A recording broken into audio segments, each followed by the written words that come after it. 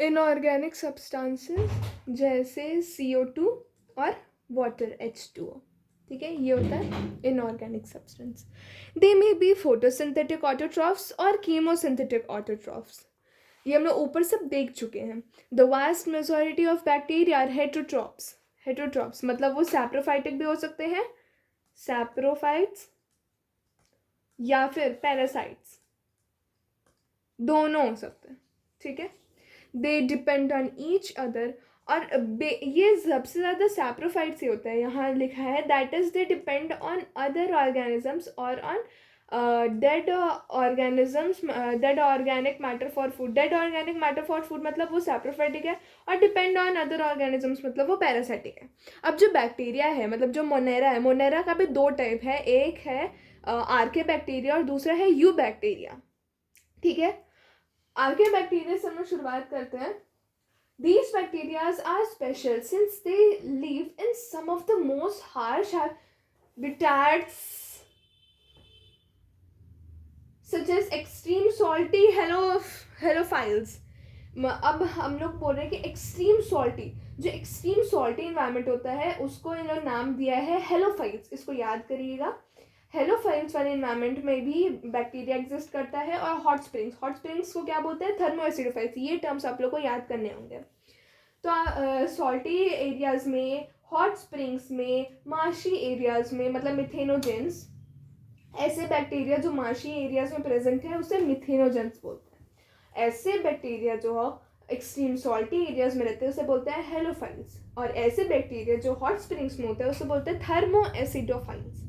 Archaebacteria differs from other bacteria in having a different cell wall structures and other features in responsible for their survival in extreme condition. ये extreme condition में survive करने का सिर्फ एक ही राज है, वो है इसका सेल वॉल.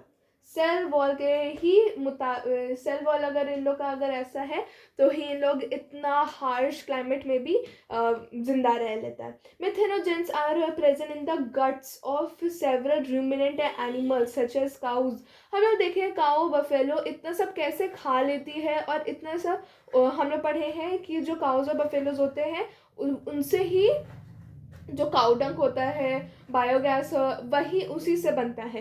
तो क्यों होता है, क्योंकि जो काउज और बफेलोज होते हैं उनके पेट में, उनके गट में एक मिथेनोजन नाम का बैक्टीरिया प्रेजेंट होता है जो कि रिस्पॉन्सिबल होता है for the production of methane, जो कि हम लोग बायोगैस बोलते हैं. यही बायोगैस होता है, यही मिथेनोजेंस होता है जो बायोगैस प्रोड्यूस करने में मदद करता है. डंग क्या हो गया, डंग हो गया पॉटी, ठीक है. हम लोग पढ़ते हैं यू बैक्टीरिया. यू बैक्टीरिया मतलब ट्रू बैक्टीरिया, असली बैक्टीरिया के बारे में अब हम लोग पढ़ेंगे, ठीक है. These are there are thousands of different eubacteria or true bacteria. They are characterized by the presence of rigid cell wall. कैसे उन लोगों का सेल वॉल बहुत ज़्यादा रिजिड होता है.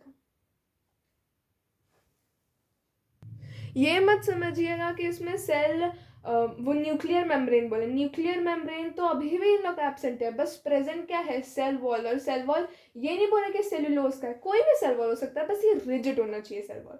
तो जिसका रिजिड सेल वॉल होगा वही इसी के कैरेक्टराइज पे बेसिस पे इसको बोला गया. क्या, यू बैक्टीरिया का सबसे पहले रिजिड सेल वॉल होना चाहिए.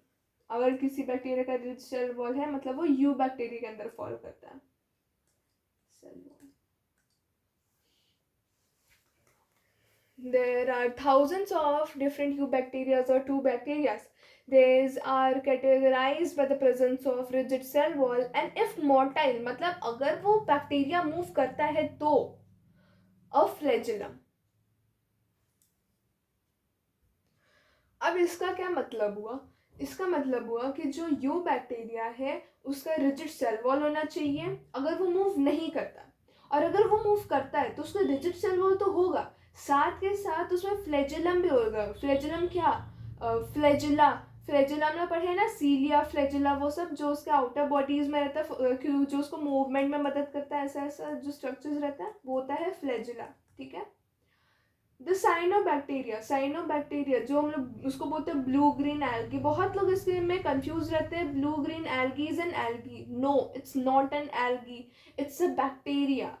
Have chlorophyll A similar to green plants. Photosynthetic autotrophs, यहाँ पर इसको रेज कर देते हैं.